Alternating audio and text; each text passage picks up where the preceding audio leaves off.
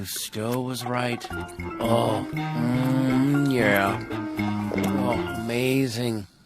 Each flavor was totally unique. But combine one flavor with another, and something new was created.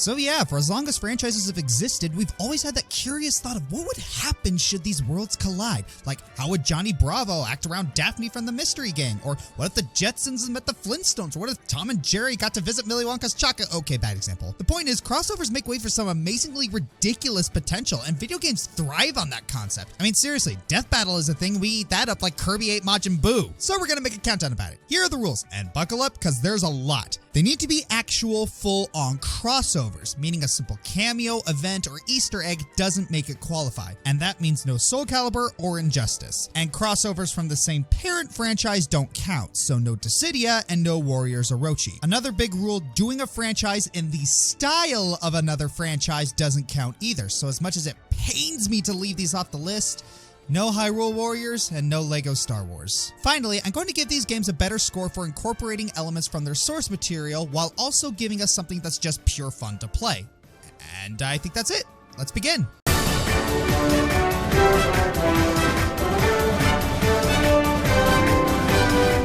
The Street Fighter series might just be the player of the fighting game genre. What I mean is that they've canoodled with a lot of other games. We've seen Chun-Li compete with Morrigan, Bison got blown up by Mega Man, Ryu got his butt kicked by Wolverine, and Sakura served champagne to Felicia while wearing a bunny suit. Street Fighter is weird. One franchise that doesn't do too many crossovers, however, is Tekken, so imagine everyone's surprise when they saw this. That is not a fan video you're seeing. This was an actual trailer, and it was hype. Capcom and Namco made sure to get the audience excited for their upcoming crossover, and the fruits of their labor came to be with Street Fighter X Tekken, and it had a bit of a mixed reception. Yeah, unfortunately for how much the game was built up, it didn't exactly perform all that well, which is why it's low on the list. I mean, it did well with casual fans. Pro players, however, weren't ecstatic of some of the mechanics that were included, mainly the gem system. Also, the game sold less than Capcom was expecting, and they made the continued mistake of making some characters DLC even though they were already programmed into the game. Seriously, Capcom, stop it. Despite that, though, the game is a lot of fun. It takes a lot of inspiration from Street Fighter 4, which is plain to see one of these characters being more Jack than Jack X, and the 2D fighting formula is smooth and easy to get into. The attack system makes for a lot of fun combos, the super moves in this game are very stylized and a treat for the eyes, and the arcade mode utilizes a story that I say does a decent job at bringing these two universes together. I also just like these character interactions. Seeing Chun-Li and Cammy getting annoyed with Lily and Asuka, or how Elena and Christy share a passion for capoeira with Lei and Dudley being dragged along for the ride. I also can't help but crack a smile whenever Zangief fights Kuma. You all know why. It's a shame that the hype was short-lived, but Street Fighter X Tekken managed to do a lot of good in the end. Certain characters that were in Street Fighter X Tekken eventually got included in Ultra Street Fighter 4. Plus, we could probably thank this game for the continued relationship between Namco and Capcom that eventually led to Akuma showing up in Tekken 7. Which means we can now play as Akuma in Tekken 7's bowling minigame. Tekken is weird.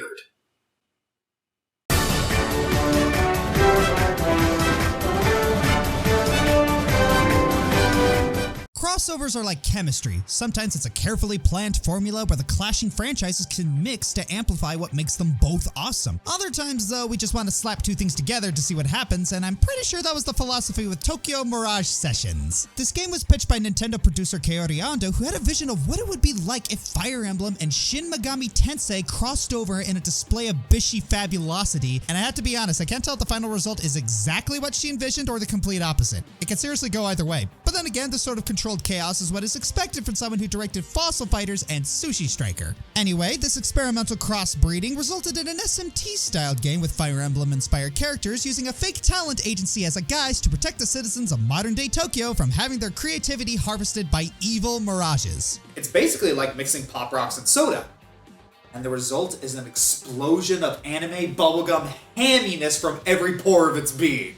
But in all honesty, that's what saves this little science project. It embraces every aspect of goofiness that the Japanese entertainment business has to offer, and displays it with some of the most beautiful art style of any game this genre could have. While it doesn't really offer much for story or Fire Emblem gameplay, aside from the rock, paper, scissors weapon triangle, it does highlight just how difficult Shin Megami Tensei's turn-based playstyle can be while packaging it all into a spectacle of glitz and glam, basically bent on making this surprise mashup into one hell of a show.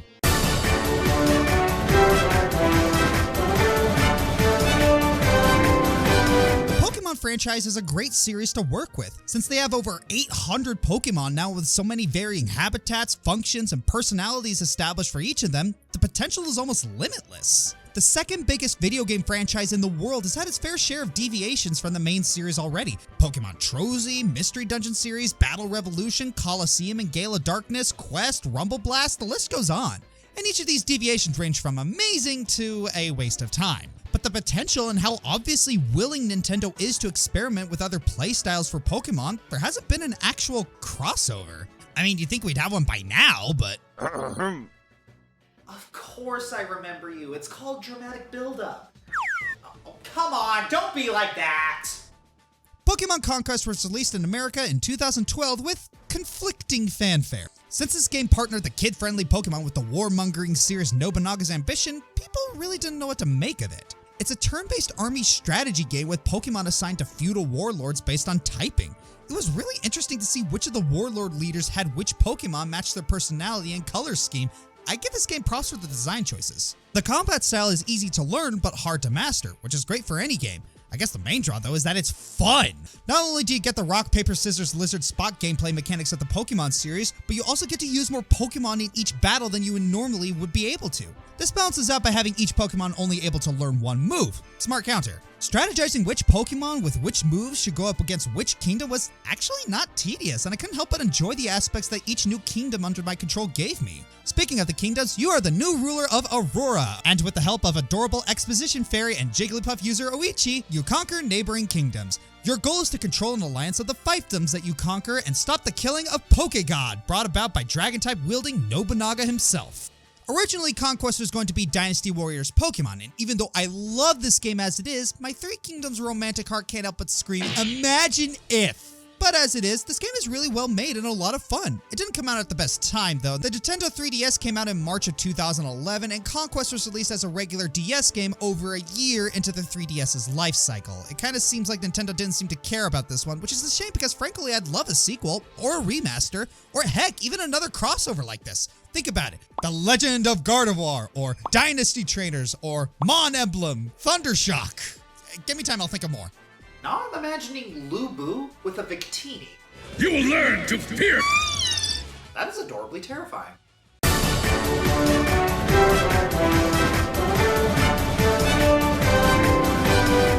Before closing its doors, Telltale Games produced some of the funniest, most emotional adventure games of the genre. However, one of its earliest titles was actually a poker game called Telltale Texas Hold'em. It was a fun, simple game of chance and inspired one of the company's funniest Easter eggs. Leonard Steak Charmer, huh? You don't look like a Leonard Steak Charmer. Oh, yeah? What do I look like? You look more like, Boris Krinkle. That's what everyone says. Half a decade later, Telltale decided to return to its roots with a new poker game, but with a twist. This new title is set in a place called The Inventory, a mysterious underground nightclub for games and amusement of all sorts, in case someone decided to flip their lid and bring the hammer down on gaming. Believe me, it's a lot better than the last gambling hut Telltale came up with. We're just regular businessmen, just you and me and Teddy Bear. Why don't you check out our sister location, Freddy Fazbear's Pizza? Anyways, our table is joined by 4 other players, 2 of them being from Telltale's own titles. Max from the Sam & Max franchise, Strong Bad from the Homestar Runner webtoons, and SBCG4AP, because saying the name is a mouthful. Also new to the table are Tycho from the Penny Arcade webcomics and Heavy Weapons Guy from Team Fortress 2. The rules are simple. Knock out the other players and you win the pot. Every now and again, one of them will offer up a personal keepsake that earns you a bonus item for Team Fortress 2. Years later, in the sequel, you get treated to Borderlands goodies depending on the console. Even if you have the worst poker face in history, it doesn't really matter. The game isn't exactly like normal poker. Have you ever tried to bluff with an AI? Way harder than you think. Even after you get yourself knocked out, you still get to watch the funny banter between the other characters as their conflicting comedy styles butt heads. You still get that pleasure in the sequel with a whole new lineup of players, and GLaDOS from the Portal series as the dealer. Spoiler alert, she's awesome. This completes the first test of the contestants' poker faces. The bad news is you all failed miserably. The good news is you appear to be evenly matched. Okay, so people probably only wanted these games for the free TF2 or Borderlands swag, but true gaming connoisseurs can appreciate bringing 4 different forms of media together for a little guy's night out. The heavy has been eliminated from play. Goodbye, my love. Hey, who left this bowl of onions here?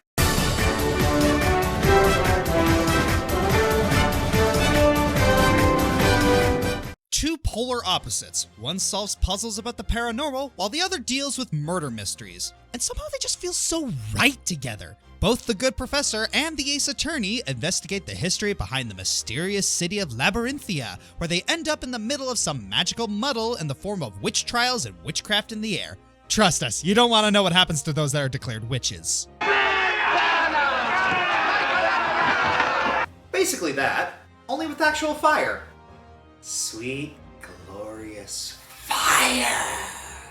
Joking aside, this crossover managed to perfectly blend together the tones for both the original titles, combining the puzzle-solving adventures of Professor Layton with Phoenix Wright's courtroom gameplay. We even got to see one doing the other from time to time. My only real complaint is that both gameplays seem a wee bit watered down. Both the puzzles and the cross-examination feel a lot easier than either would be in their respective titles. It's a bit of a letdown, but it's just small potatoes for what is essentially a witty, funny, and clever story about 2 problem solvers coming together to crack one of their biggest mysteries to date. I would personally love to see what they would do if they expanded on this concept, or even maybe, I don't know, give us a sequel. Please, sir, I want some more.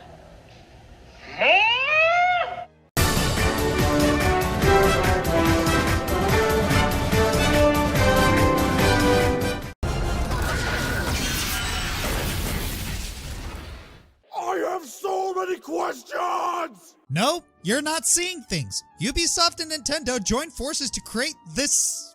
TLDR, the Raving Rabbits from the Rayman franchise have invaded the Mushroom Kingdom, and now one group must team up with Mario's party to take on a gang of evil rabbids. That already sounds strange enough, but to add to it, the game is in the style of an XCOM turn-based tactical game unfamiliar to both franchises. And it worked.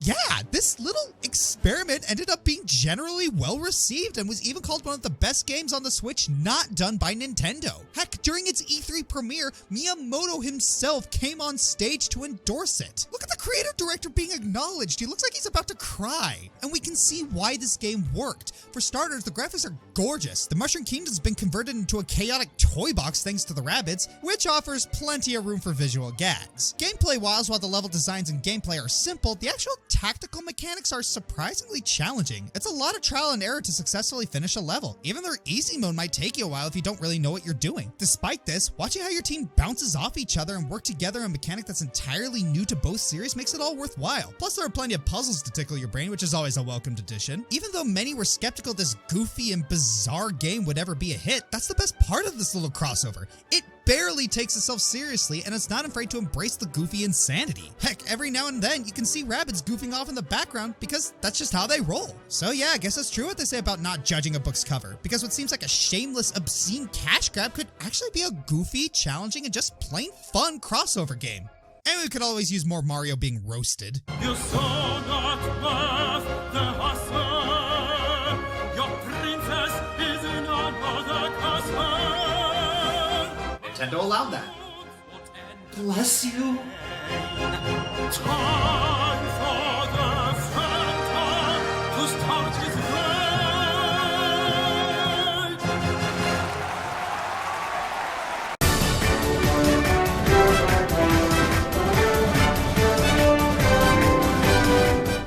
StarCraft, Warcraft, Overwatch, and Diablo. All of these franchises have distinct tones, distinct worlds, and distinct styles of play. They have massive fan bases in the casual Do you guys not have phones? Yeah, you guys all have phones, right? and competitive sphere, and both of them are more than willing to give Blizzard ludicrous amounts of money. So when Blizzard announced a game combining their universes, celebrating characters in games new and old, the internet collectively went, yeah, sure, that makes sense. Enter Heroes of the Storm. Heroes of the Storm, or HOTS, was very different from other MOBAs. The tone was far less serious, combining the epicness of League of Legends along with the goofiness of Smite. And it had to not be serious, because if you can have diverse villains and heroes with developed stories and personalities on the same side, I'd imagine some questions would arise. I will only choose allies who I know will never betray me. Where other MOBAs required you to memorize hundreds of items, HOTS worked with a far simpler talent system that still had the same amount of depth and strategy. And instead of being confined to one map, HOTS cycles through several, all with different objectives, hazards, and shapes, and all of them themed on the universes that make their base. What I think I loved the most about Heroes of the Storm was that it had a development team that cared and listened to the fans. Balance changes rolled out super fast, new characters, maps, events, and customizations came out like clockwork. My favorite part is how in each new hero spotlight, a trailer that gave a rundown on new characters, commenters kept begging for the narrator Kevin to be made as an announcer in-game. And that happened!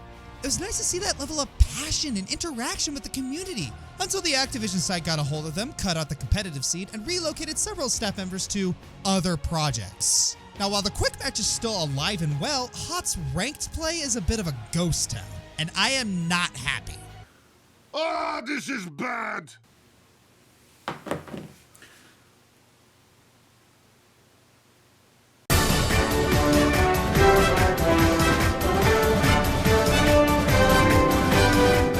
You know, DC once did a crossover with Mortal Kombat. Wasn't as good as the Marvel one, though.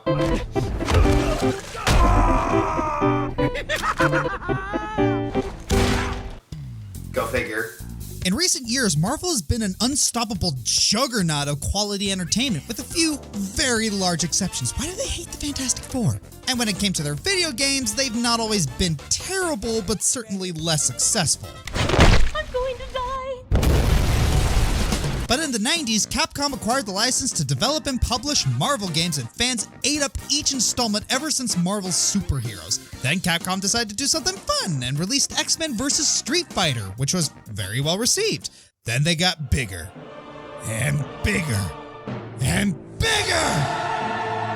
Because the series had its start in the 90s arcades, the gameplay had to be deep and engaging enough for determined little kids to keep feeding their quarters into the machine trying to get the next fighter. Luckily, Capcom pulled themselves together long enough to deliver on this premise in spades. The combat is tight, responsive, and satisfying, and the tag team battle system is as good as we had grown to love. Not only that, it implemented changes that defined the rest of the series when it came out a decade later. Added 3-on-3 gameplay, simpler controls, and a super helpful character assist system. But a crossover isn't much of a crossover without the characters, and the roster for this game is huge, and it crosses several series in both universes. You have Marvel with mainstays from different comics like Spider-Man, Wolverine, Captain America, Blackheart, yet no Ghost Rider for some reason. Then you have Capcom with characters from several of its franchises like Chun-Li, Mega Man, and Jill Valentine. And then you had characters on both sides that people nowadays may not even know, like Sun Sun, Captain Commando, and show of hands, how many of you know which franchise a character by the name of Marrow belongs to? Well, you're all wrong. She's an X-Men who grows bones out of her skin and can remove them. Ow, that hurts to look at! The wide variety of characters is what sells the game, but the amazing combat keeps you hooked, eagerly feeding the machine with your mowing the lawn money until it eventually got released on most major consoles. And above all, the game is fun and totally worth the blisters we got from that joystick and the other kids crowding us to watch Akuma take on Dr. Doom. The simple pleasures. Now, if you'll excuse me. I wanna take you for a ride. This song is still my jam.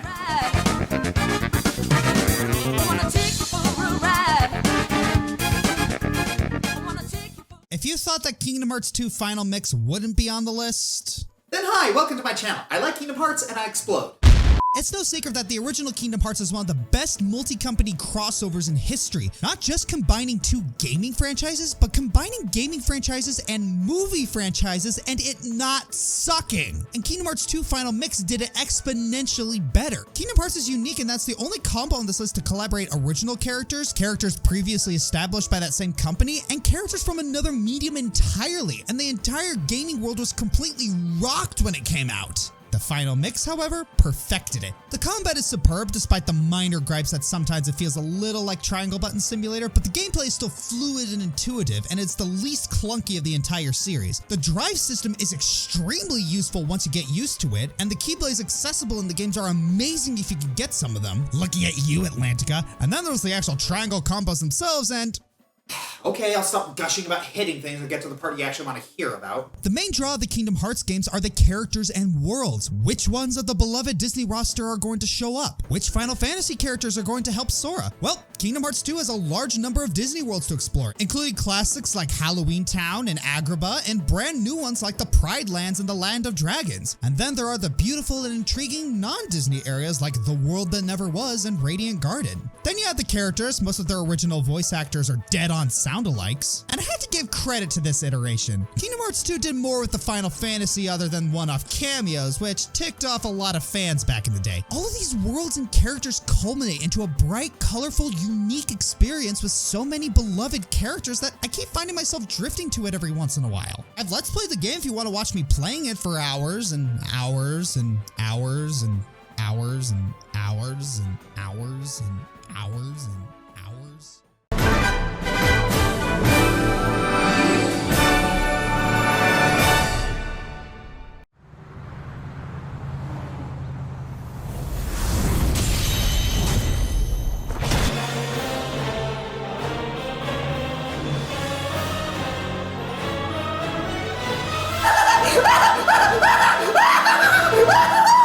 Everyone is here, as promised. The return of old favorites like Roy and Wolf O'Donnell, the newcomers that people gushed over like the Inklings and Isabel, the skeptically maligned Echo Fighters like Daisy and Chrom, and the surprising non-Nintendo editions of Cloud and Joker? And it all culminated into one of the most thorough and comprehensive games in the series. I'm sure there will still be some people who would bleed their own spleens to claim Melee the champion, but you cannot deny that Super Smash Bros. Ultimate is the grandest crossover ever. At the time of this writing, there are around 75 fighters and around 1,300 spirits in the World of Light story mode. 1,300 other cameos. And Sakurai didn't have to do that, but he still found a clever way to incorporate other fan favorites who didn't quite make it in as playable fighters. Don't you see? He does it all for you! Ultimate even brought back a story mode so that characters could interact with one another. I mean, the interactions are not as deep as they were in Brawl, but they're still good. The World of Light actually tipped Ultimate into the top spot because what fun is a crossover when you don't see the characters have fun with one another? And that's the key word here. Fun. Smash Ultimate is the best and most ambitious crossover game because all of the characters in it provide their own flavor of fun, and I'm still going back for more. While I wish they'd bring back Smash Run, I'm still happy with what I got. I'm the Fiery Joker, and next time it's a month all about crossovers. Kingdom Hearts month. See you there. Kaboom!